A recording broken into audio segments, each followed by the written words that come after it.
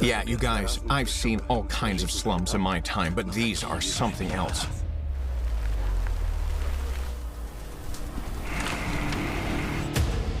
These are genuinely ghost slums. It's like the people here are hiding, and only on occasion will they slip out of their dilapidated burrow-esque houses. 我住10多年了，这是老房子，100多年以前的。 I've lived in this building for more than 10 years. Oh, these slums look like they've been hit by a bomb strike. Just take a look at them. All of the furniture is left. The funniest thing, you guys, is that this is one of, if not the, most expensive spot in China. Today, every facet of life in Shanghai, the most cosmopolitan city in China. Just look, I mean, you could have shot movies in this place. Yeah, these balconies are gorgeous. There's an atmosphere to this place. It has the spirit of old China with its slums and secret luxury locations. Yeah, it's beautiful there. It's worth seeing. Take a look. I mean, at this building. Uh-huh. The cost of a ticket to go up, let's say that the viewing platform is around 100 yuan. But here, we literally just went up. We'll embark on a journey across this incredible country in a house on wheels. 2 foreigners, hell knows where, driving into the mountains in a motorhome. To get to the Avatar Mountains and spend several days living in the Shaolin Monastery.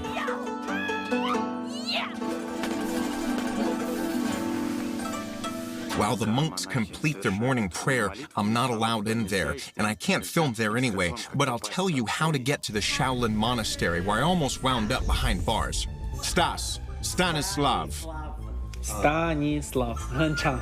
Truth be told, I overdid it there at the start. I saw it on your face. Your eyes were going wild.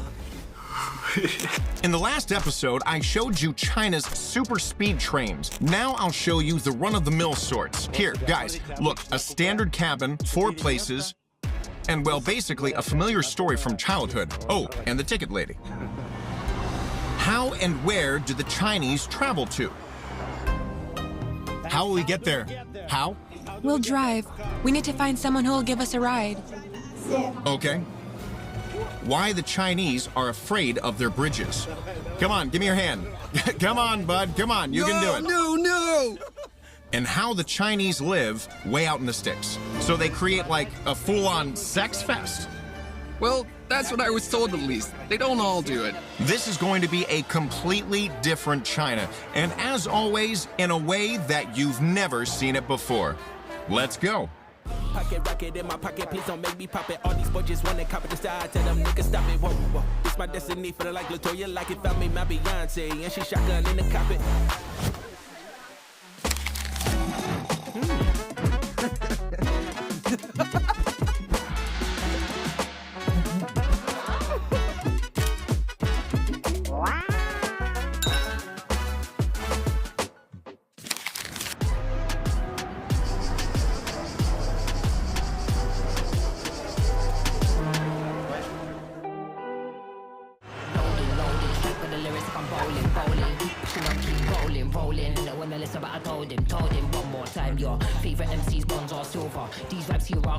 They were selling MacBooks. I wonder how much for... the third. Maxime and I have come to the main electronics market in China, in the city of Shenzhen, to do what many believe to be impossible. Do you know what a ref is? It's like they do the same thing, right?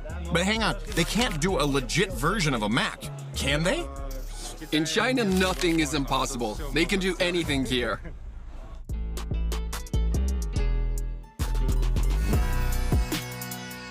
They sell laptops here, tablets, parts, you name it. Now, this is just Apple casing, right?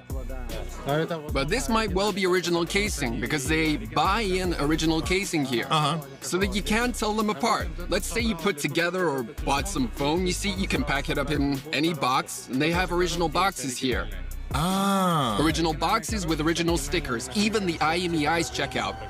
The IMEIs? Yeah. How do they get them to check out? Well, it's original boxing. So they, like, get the boxes from the factory then, right? Yeah, well, not from the factories. Let's say you even have a box at home, you want to sell it, you can come here and sell it for 100 yuan. You see, they add everything to the box, then they write the exact same IMEI on it once again. Yeah. And then stick it on. You'll see now. Okay.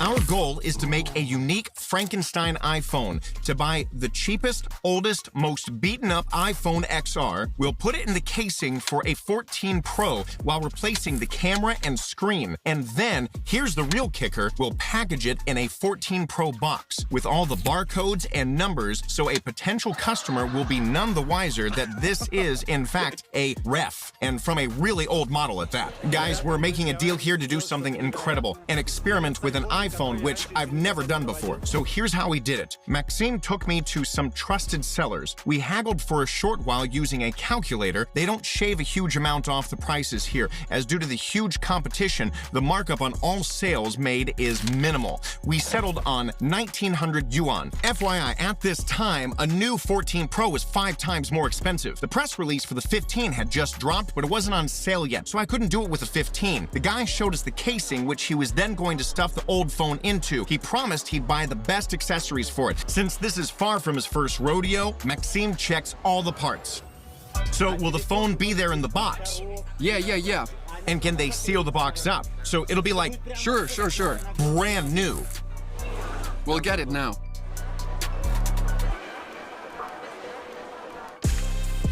I hand over the money, and they ask us to wait for a couple of hours while they assemble the phone.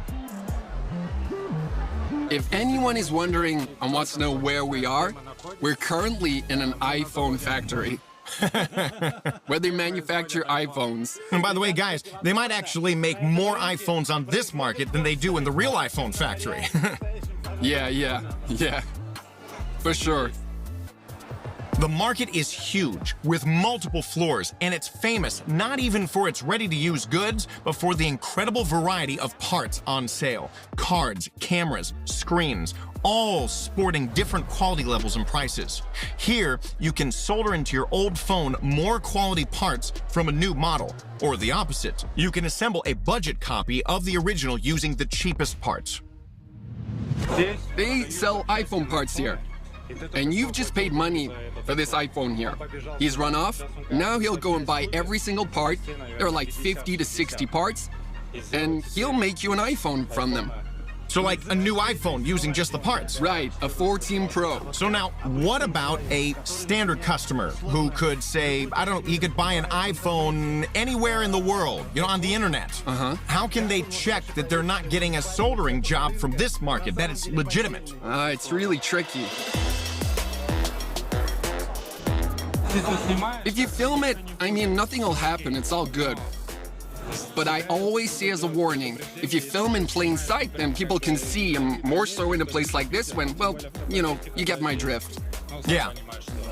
I mean, if Apple found out what was going on here, like... Oh yeah, they'd all go bald like me. Apple and the other electronic manufacturers, if they knew about this market, of course, but they can't do anything about it. What's this place called? Huaqiangbei. What? Huaqiangbei. And it's the biggest electronics market in China, in the world, actually. In the world? Right, the world. There's no electronic spot bigger. This place is huge. One day just won't cut it to go around the whole thing. So why Shenzhen specifically? I mean, why here of all places? Because in Shenzhen, there are lots of these manufacturers in particular of electronics, headphones. Original iPhones are made in Shenzhen too. All electronics are basically here in Shenzhen, where there's other items you can get in Guangzhou. Good afternoon, sir. So we'll come back to the market in a couple of hours to see how it turned out and put the phone to use.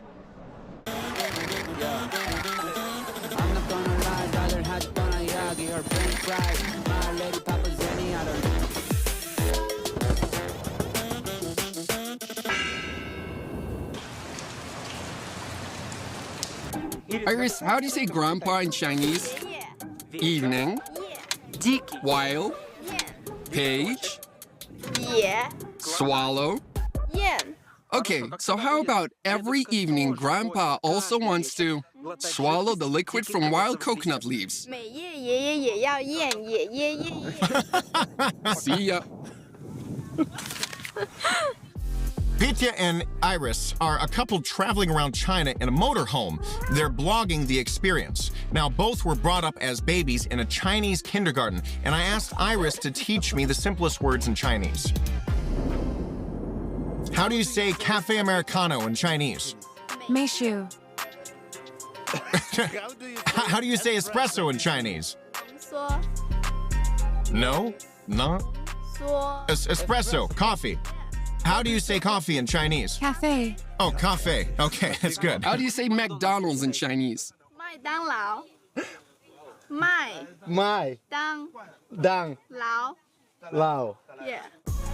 Even international words sound unique here in China. Without knowledge of the language, a tourist can't even order themselves coffee, which is why I headed off with Petya and Iris to study the boondocks of China. FYI, guys, this is the first time that I've driven anywhere in a motorhome. I hope I don't develop claustrophobia on the journey. Is it okay driving in one, Petya? Yeah, it's fine. Yeah? Don't worry about that. You might get a little car sick. How cats talk in Chinese? I mean, meow. So it's the same. We say meow, meow, meow. And how dogs? 汪汪汪 Wow, wow, wow. We say gav, gav, gav, gav, gav. yeah. And what birds do? Like I guess 叽叽喳喳。 In Russian, chirik, chirik. Well then, let's ride. Let's ride. I've forgotten how to drive it. I haven't driven for a month. Jeez, do you even have a license? Well, I bought one. You bought one? Yeah, I did. A Chinese one? I did the Chinese test, but bought a Ukrainian license. Dude, we've got like 5 hours to drive with a license that you bought? Hey, don't sweat it. We somehow made it all the way here. Oh God, I'm in reverse. Okay. We're driving to the Shaolin Monastery. There are several in China, while the most famous is located in the Hainan province. But we headed for another one, not far from the city of Chongqing, as on the way, I wanted to get a better look at all of this country's deserted spots off the beaten track. Wherever you go, there's an awesome road like this one here. Yeah, so you get the picture, you guys. There are 3 lanes here, and we're hell knows where, so we're far away from a big city. And yet there's this amazing, spacious road. Yeah, and the speed they build them at, it beggars belief. And the quality of Chinese roads? Great, great. It's always roughly like the one I'm driving on now. The speed at which the Chinese highway network is growing is truly staggering. At the end of the 1980s, there wasn't a single high-speed road in the country. Now China is overtaking the US for road length, while Chinese bridges are built at an incredible speed. In Beijing, they can rebuild an entire bridge with 5 lanes on either side in just 43 hours. Meanwhile, it can take other countries months, even years, to do the same. So we've come to the sticks of China, and Iris is trying to find a hotel, but the problem is that me and Petya are foreigners. Well, not him, he's practically Chinese, but I'm a foreigner through and through, which is why she's finding out whether they'll let a foreigner into the hotel here. 到哪里呀？10公里还是4公里？哦，搜一下。 Not all hotels have the right to take in foreigners. So like if you want to house a foreigner, you have to have a special license, a special computer, a scanner to scan the documents and register foreigners at your hotel. Ah. Which means by law, as soon as you cross the Chinese border and enter Chinese territory, you have to register somewhere at a hotel within 24 hours of entering. Oh, wow. Yeah, so they have these special register points in hotels. And they can straight up decline you. They'll just say, sorry, you can't stay here. Without batting an eyelid. They say foreigners are a no-go, and that's it. Whoa. It's harsh, yeah. Okay, guys, it's possible we'll be sleeping in the motorhome tonight. I mean, thank God there's a bed here, but we might not all fit into it. I hope at the end we'll spend the night in the hotel.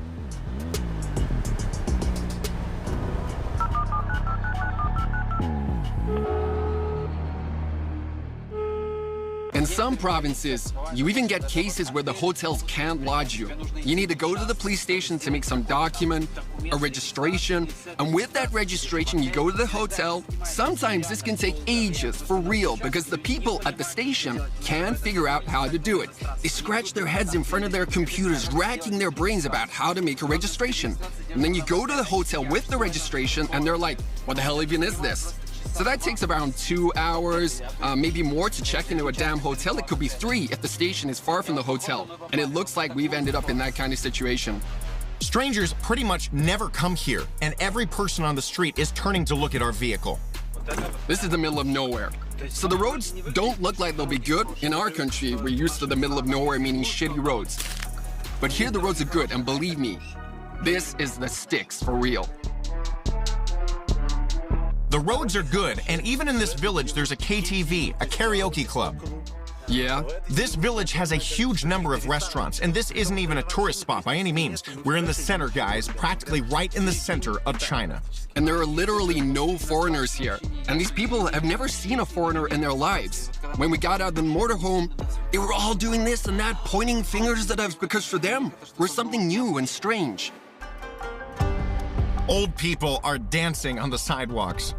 China is the only country where old people dance together in groups instead of sitting somewhere and discussing someone. Take a look at this, you guys. There's another group of dancing elderly folk. Yeah, and it's perfectly normal here. In China, all grandmas and grandpas, they dance, especially grandmas. Iris's mom, for example, she'll turn into a grandma and she'll soon be dancing like that.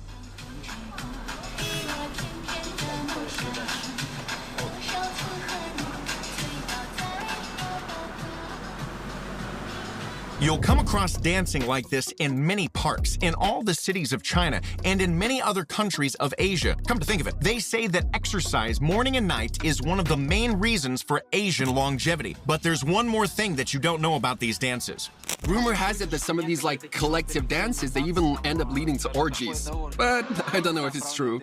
What, you mean the old people? Yeah.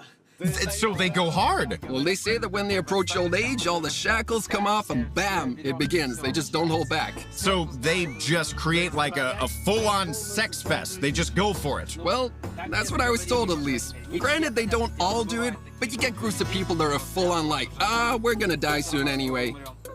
So like, we'll have a dance or two, and afterwards we'll round up a group of us and go put a smile on our faces. Well, something like that, yeah.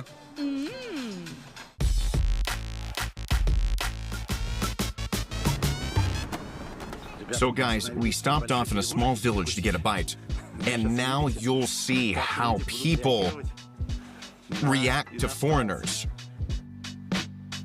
Literally, the entire street has been eyeballing us. And when we sat down at the table, all the customers around us started taking photos and discussing us. That guy even ditched his food. He was just looking, trying to figure out what's happening. Basically, guys, to say the people turn around doesn't do it justice. They literally stare at you. And don't divert their gaze.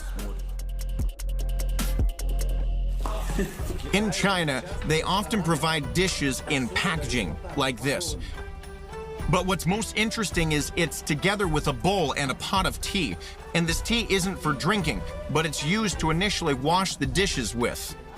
This is the first time I've seen dishes washed with tea. We'd begun eating, while the man in the pink still hadn't touched his food. He was all eyes on us.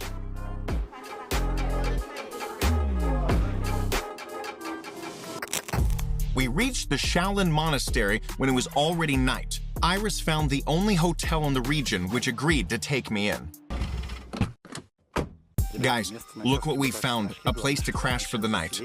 So long as they let us in now. We've been told that they've never seen foreigners in this hotel, which is why, at first, we didn't even know whether they would have the right to accommodate foreigners. And then they cleared it up that they actually can and permitted us to stay here. So where will you be sleeping then? In the car or? In the motorhome. In the motorhome, right. We're more comfortable there.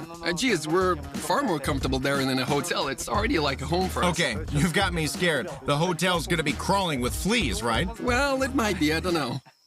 Well, I guess we'll see. There's no other option either way. This is the only hotel for dozens of kilometers in any direction. Yeah. And the only one that agreed to have you.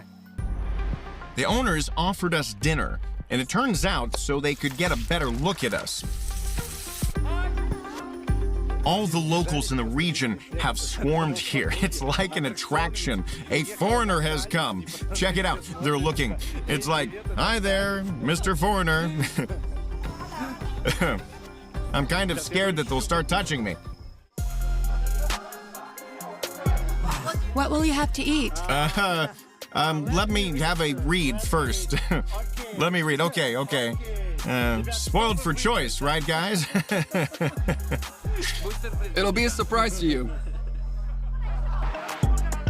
While we're waiting for food, I mean, just look at this, how the locals have surrounded us. Someone's telling and showing us about life in the Shaolin Monastery, and someone's just showing off. You have beautiful girls in Ukraine. Bring them here. Okay. Ask about the boys. She says, yeah, they're also really handsome. Oh, Petya's gone red. Oh, don't be embarrassed, Petya. The girls have reeled them in here, you guys. They've scored. The girls have scored. Iris, watch your back.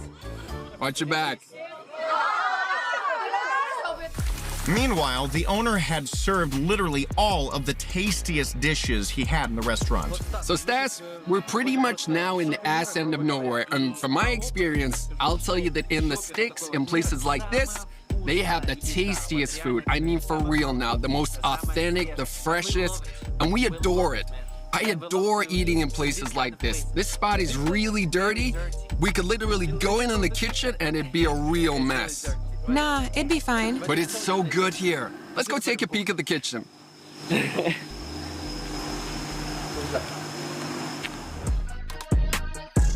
They still cook here on dried bamboo to provide heat. For special guests, the owner brought out his honey and cherry distilled liquors. While judging from the amount of food he put on the table, you'd think there were 30 of us, and not 3. So we ordered fried chicken, then pumpkin, fried with all kinds of special spices, garlic and other stuff, then eggplants, also fried, and the lard with pepper is a must, also fried and really good. Where do we start? Well, how about an aperitif? Yeah. Just a little. We'll give it a try. Guys, this is the homemade stuff. Whoa! That's strong! Strong stuff. Wow. Woo. That's a good start. There will be a tasting session of rural culinary masterpieces in our episode about Chinese cuisine.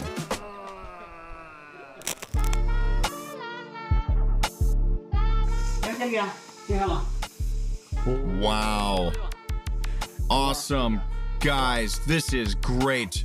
This'll be my sleeping spot for the night. Thank you. Thank you. There's even toilet paper. What else could a person on the road need? We hurried off to bed because we needed to be at the Shaolin Monastery before dawn.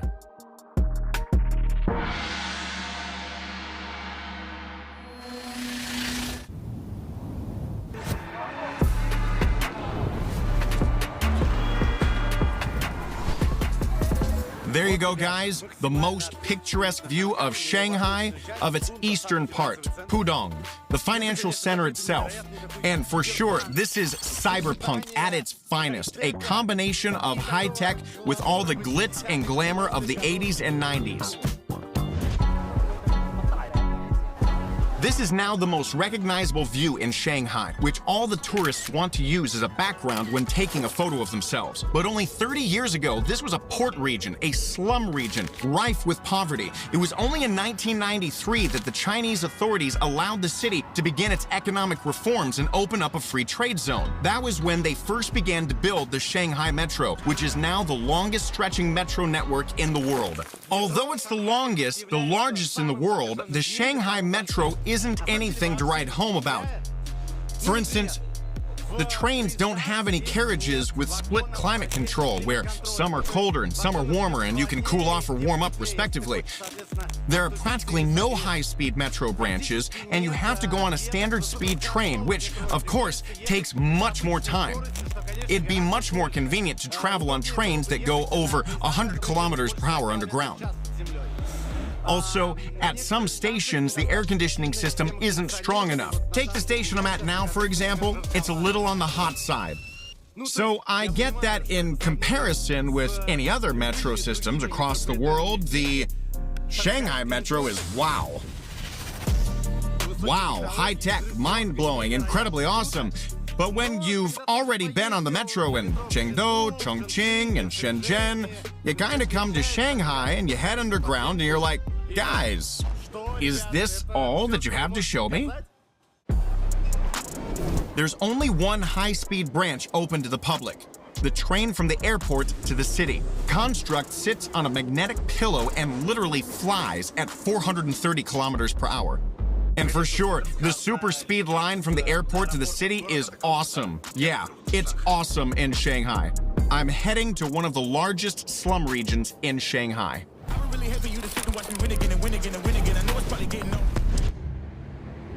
Yeah, you guys, I've seen all kinds of slums in my time, but these are something else. They're genuinely ghost slums. I mean, like slums where you very, very rarely ever see people walking around in them. They're half inhabited. I'd say they're 10% inhabited. It's like it's an abandoned slum town.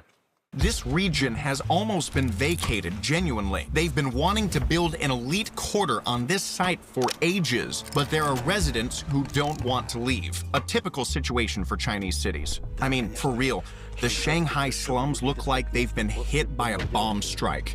Just take a look. Abandoned furniture, dilapidated homes, these are the ones they've already knocked down, and the buildings that are still standing, people still live in them. They refuse to leave, and they keep on living there.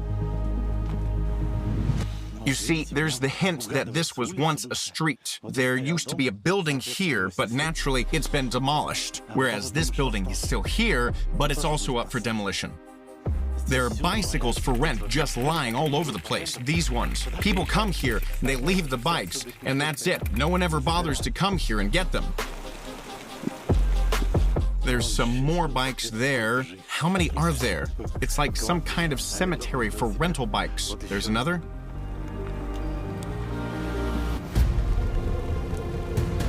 Honestly, these deserted slums and these locals on their electric scooters quietly moving around almost without a sound, it's giving me goosebumps for some reason. A lamppost is on, yet it's broad daylight outside. This place looks as though the people were forced to flee here very quickly, and they didn't have time to collect their things. All that's left is someone's footwear, and they're stitched up, but fresh shoes. And what's this? There was a toilet and a bath here. An abandoned cutlery, perfectly decent furniture, an umbrella, as though it's been left out to dry off. And here you have this inner courtyard absolutely abandoned. I reckon there used to be a kitchen here. And check it out, a rocking chair, a dinner table like here, a chair, calendar on the wall, the year 2018.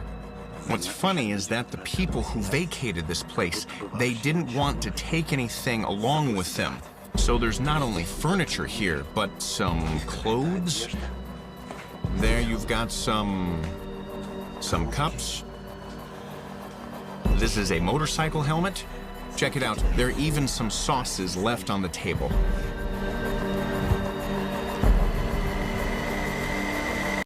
And just look. All of the furniture has been left. An armchair, a table, there are even some cigarettes lying out. A cabinet, a staircase to the second floor. It's wooden. I think if I went up it now, it'd collapse. There are even some sneakers here, oil. They left everything. It's amazing, as though the people fled here, even though there was nothing to run from.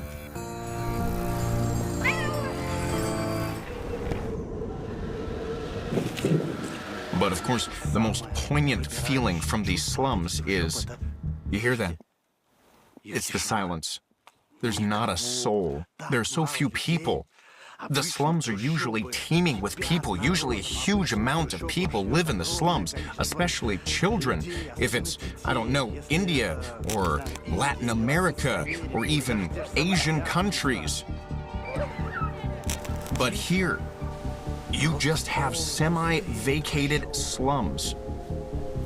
It's an incredible feeling of an abandoned city with very rare passers-by on mopeds like this one. Hello. With very rare passers-by on mopeds or people working near their houses. Wow. It's literally, you know, this piercing feeling of, I don't know, not fear, but like you're kind of frozen in place.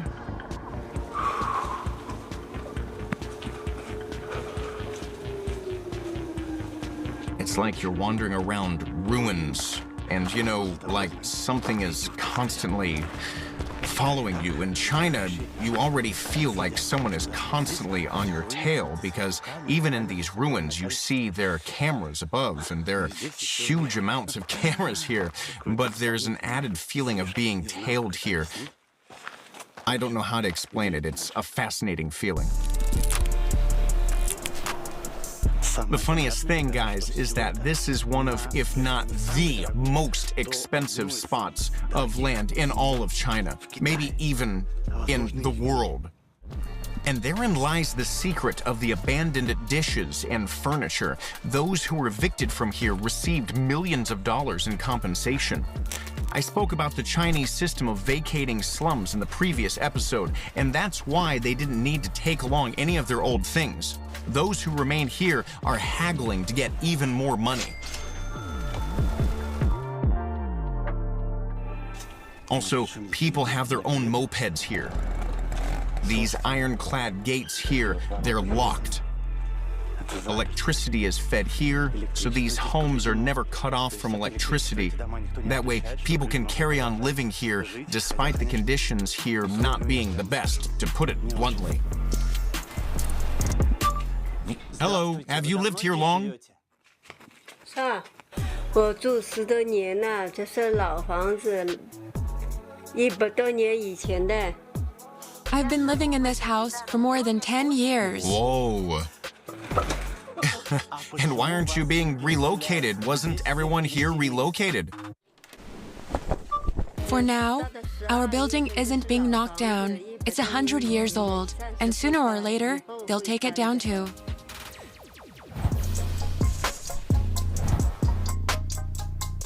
Hello.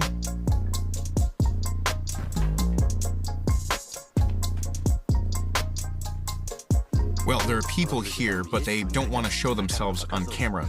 Without the camera, they tell us that they don't want to leave because they haven't been offered a good enough alternative. They have this 2-story house here, and they're simply being offered an apartment where it's too tight for comfort. That's why they'll live in this 2-story building until they're offered a decent option, despite the fact that the entire district has already pretty much vacated, and companies are ready and raring to build new high-rise buildings here, but no, the people wait. I mean, seriously, it is staggering. Essentially, because of a couple of residents, a huge construction site is empty. On the other hand, it's great. It's great that people understand that this is their house and nobody can simply walk in and take it away from them. Even if all around they decide that they need to move, even if they decide to build some very important highway here or something of state necessity, no, they first need to make a deal to offer acceptable conditions to the residents, and then they'll be able to vacate this territory. And there you have it, Communist China. What's funny is that, although these are slums, they're up for demolition. The people here are still renewing everything. So like, look at this. Obviously an old door, nobody lives here anymore, but opposite you have an apartment door, and you see they've installed a duty strength metallic cage. And the meter works fine, all the pipes are fresh, there's an air conditioner hanging up above so that it's cool. They've even changed the windows here and put in double glazing. Just check this out here, the state of cleanliness the outside kitchen is in. I mean, this wok pan has been polished till it shines. The stove is spotless. The sink, I mean, naturally, it's an outside sink. It can't be perfect, but it's as clean as it can be here. In China, it's not really a thing to brand these regions of slums as slums. Here, they're referred to as urban villages, or you could perhaps translate it as urban sub-farm housing, because very often the people of these slums have their own gardens. Now take a look, you see they've constructed gardens. They're growing some plants here. Here we've got lettuce. Just imagine a garden in the center of one of the largest megacities in the world, where the land is solid gold. But here's cucumbers or zucchinis growing here, or what else are they growing here? I mean, they genuinely should be made of gold. Also, look, they've made themselves fencing from the construction site, each one for their garden. Look, some eggplants have ripened. A garden with eggplants in the center of the golden city of Shanghai. Guys, if somebody had told me this, I simply wouldn't have believed them, but here it is. It's a garden with eggplants, ripened. So come on down and pick your crops. Just picture it. Apartments here going for millions of dollars and higher. They're building skyscrapers here because there's not enough land. It's the most popular, most famous city in China with its financial center. It's the finance capital. And here, practically in the city center, you've got a garden with ripe eggplants. I heard they checking for me, no one checking on me, so I had to go run up and check. I got the message on me, ain't no flexing on me, my attorney gon' call it Colette. I had to put all their egos in check. We're now entering the old town. It's the old part of the city of Shanghai. It's located right in the center, near to the promenade. And used to have these kinds of builds here. They were, well, I guess they were like local favelas, yeah. Sasha has lived in China for many years already, developing his own clothing brand. I asked him to help me take a look at Shanghai and to speak with its residents. We arrived in Nanxi, once the most atmospheric region in the city. Several years ago, it had small Chinese-style houses, small shops, beautiful street lamps. But all of this is coming to an end. This region will soon be demolished, and evidently, elite high-rises will be erected in its place. The noise guys, they're already knocking that building down there from the inside. And for sure, it was uncomfortable inside those builds. The alleyways here are like genuinely the slums in the Middle East. And check it out, guys. The walls are made of some sort of veneers, using who knows what. It's just fabrics, some rags, and cutting boards. This family here is one of a handful who stayed living in this region. Let them pay me first. Cash up front and everything will be gravy. But until then, I'll live here. He lives with his wife, expecting something like $5 million. This is essentially just one small room. A bed below, which is made simply from boards. Above, there's some kind of planking, which people even sleep on. And basically, that's the entire space. So, when will the demolition of the whole region, of the whole territory begin? Has it already? Soon. In a year? In 2 years. We only have 2 years left to wait. Wow. The conditions we're being offered aren't very beneficial. I see, I see. They don't care whether we like the conditions or not. Right. You see, yeah? I've already been there and shouted at them, but it was all to no avail.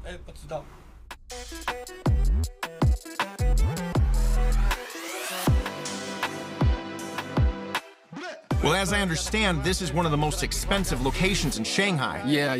You have the high-rises there. You can see them pretty well from here, guys, but... Yeah, there. The very, very center. The highest building is that one there. That's the highest building in Shanghai. I don't know whether you can see it, but it sticks out. It's just over the river. Yeah. So it's really, really close.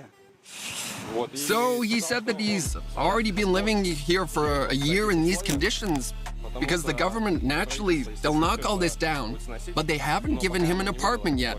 Plus, he's disabled, and he has to, with a family of 3 people, live in these conditions which you've just been filming. And the spot where I've just been sitting, that must be one of the sleeping areas for one of the family members. So that means... Which is why someone sleeps in the chair. Yeah. So he sat me down and said, this spot where you're sitting, it's like a nephew's or someone. I didn't really get it because his accent was really like... Wow, so people are just sleeping on a chair. It used to be really crowded here. I mean, picture all these alleyways you got here, these first floors. They were open, people would be selling toys here, there would be manual work here, handcrafted items, t-shirts, sneakers, food, yeah, nighttime cuisine. And at some point, all of it just disappeared. And was the time that everything closed when they began vacating the area? I was here before the pandemic. I think it was all still here.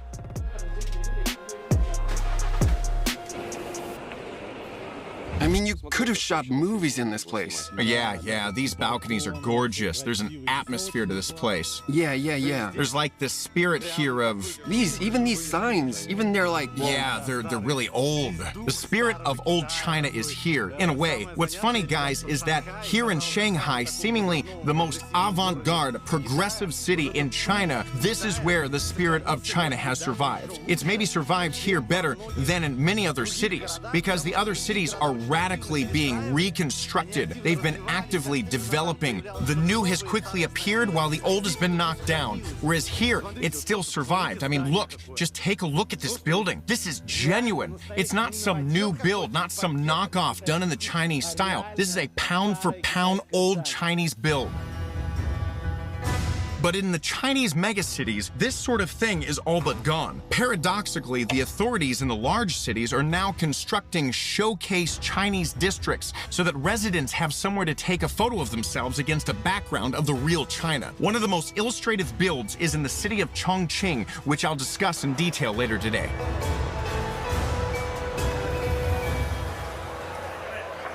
It's a kind of neon glowing new build, you guys. I don't even know what to make of it. On one hand, none of it is the real thing. It's some kind of like Chinese-styled knockoff. You've got bulbs and some lamps that don't have any relation whatsoever to the history of China. It's all been done solely for the gram, for social media and streamers doing live streams here. But on the other hand, I mean, take a look, it's gorgeous.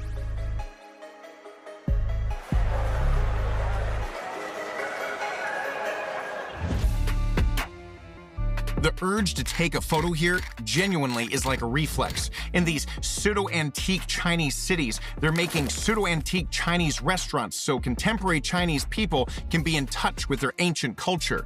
The irony is that while this country indeed does have an extremely ancient culture, the youth of the megacities see only this kind of architecture in China, glowing skyscrapers. But still, they're beautiful too. There's a little kid sleeping here, so I'm gonna be quiet. Guys, take a look at how they go about lighting up the modern cities in China, a megacity. You see, the entire city center, all the large buildings, the skyscrapers, they're not just lit up, but they've been deliberately illuminated with signs on them. So that means they're all a part of one huge light show. Take a look at that.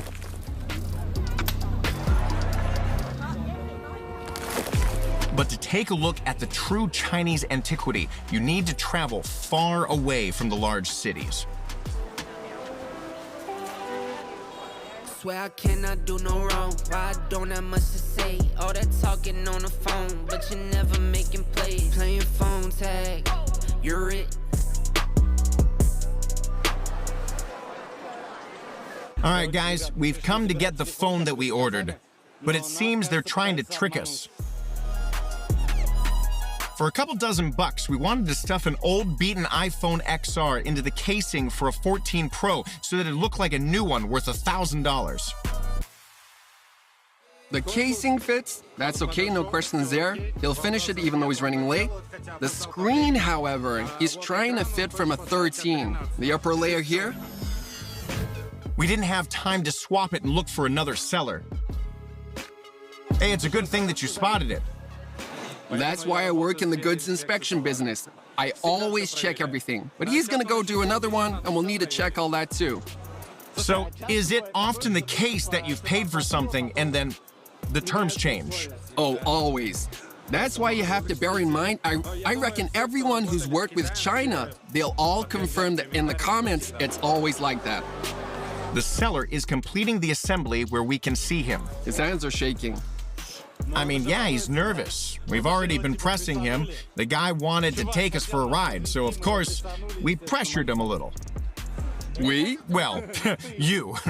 Maxim checks it again. Now, bear in mind, this fake works with iOS, and a potential customer, were they to get something like this, wouldn't even suspect that this was a ref in front of them. After all, everyone knows that iPhones can't be counterfeited. Right, the finishing touches, it'll be like new. So no traces of work remain. The telephone is meticulously wiped, new stickers are applied, and all that's left is to package it correctly. So Maxime is ensuring that the box looks absolutely identical to one from the shop. On the back side, there should be a sticker with the serial number, with everything. Now, we'll do that. That part is done in a separate shop where filming is a straight-up no-no. No filming, no filming, no filming. Is he sticking an email on it? No, Stas. I told you, stop filming. You can't film this.